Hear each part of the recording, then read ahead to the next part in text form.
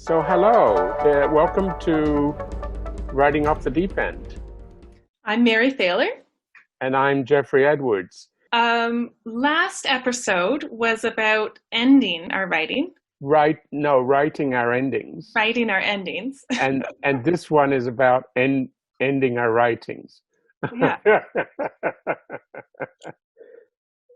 So let's get started. So after you have your ending, you will likely keep editing and revising. When do you know that you're finished that? Oh, that's tricky. Yeah. Yeah. Do you know when you're finished?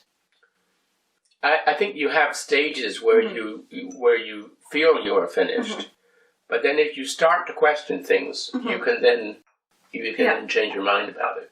Yeah. So that's what's tricky about it because the process of revision consists of questioning everything you've done. Yes. And depending on how much you question things, you can actually rewrite the whole thing from A to Z. Sure. Right? So. Which is often a good thing, but you can get trapped. You can tinker with something forever and never share it. Yeah, the sort of apocryphal great American novel or great Canadian novel that somebody's writing in their backyard and never finishes, right? And never gets published, never sees the light of day. So that's why I think it's important to have deadlines. And because when the deadline comes, you might not be finished, but it does have to go out the door. I set out deadlines. I have a plan. I wrote one for my 15-book cycle, but and I'm still following the sequence, but I'm 2 years behind the deadlines that I set. But those are internal deadlines. I mean, the gold standard of deadlines is something. If you can manage to get someone else to set your deadline for you. Yeah. That's the thing of having a relationship with a publisher, I guess, is a kick in the pants to get things done. Although that doesn't always work out, even with publishers, right? No, and I've sent things out, and I thought they were done, and maybe it got rejected. And then you have to rethink things when things get rejected. So it wasn't done after all. So the only time that I will absolutely stop messing around with a story at the moment is if it's published. Like when it's been edited and published, it's appeared in the public. That's it. I don't even look at them again. No. Yeah. But I can see how even that might not be the end, because there are authors who have taken published work and when it comes time to put it in an anthology, suddenly they're back in. And with e-publishing, it's a little bit more flexible for changing stories after you've published. So really, it can be. I think. Yeah. So another trap there, right? Because you could keep tinkering forever with these things.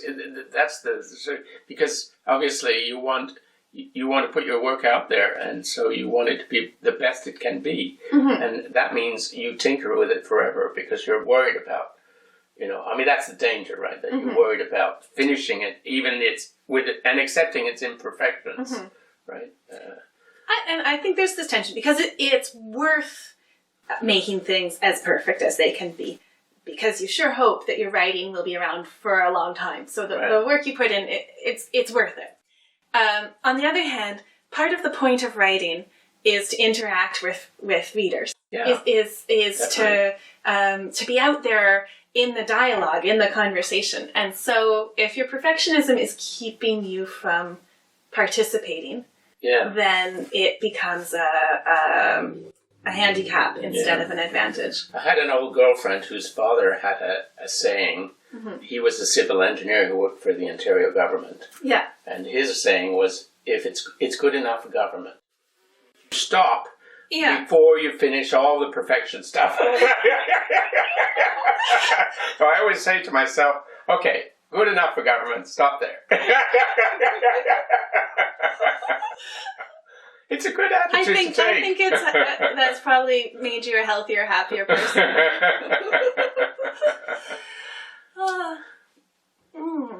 So we've talked about ending a single story.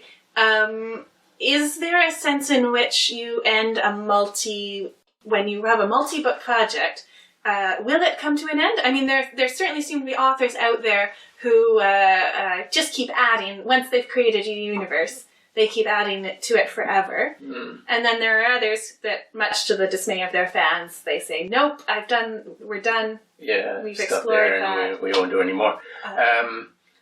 Yeah, it's a good question. I mean, for my 15-book saga, the whole thing is viewed as a single piece, and so, but it doesn't mean, I have written other backstories for that sequence, so I don't think it's entirely closed within the 15 books. Okay. But I'm also mindful of,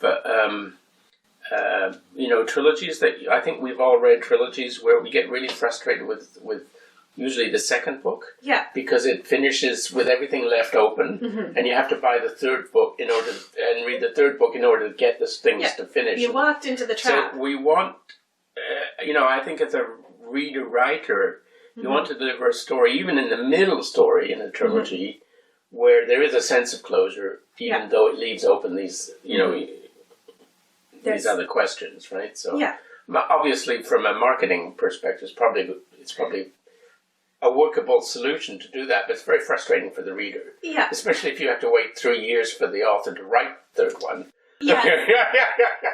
And we're not going to name names, but we're all thinking of some specific people right now. So you do want, I think you want a closed piece for each novel. Yeah. And you want it to feel like an ending. Yeah. Before you open, but leaving open these larger questions.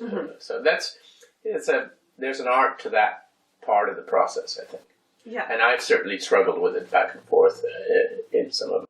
Well, it's going to be something you'll have to really think about with a 15-book saga. There's going to be a lot of thought going into that. That brings us to the end of endings. And now, for next time, we're going to do a second interview.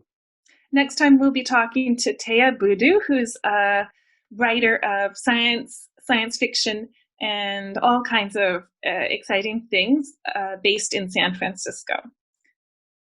So tune in next time. Don't forget to subscribe to our YouTube channel if you like what we're doing. See you next time. Goodbye. Bye-bye.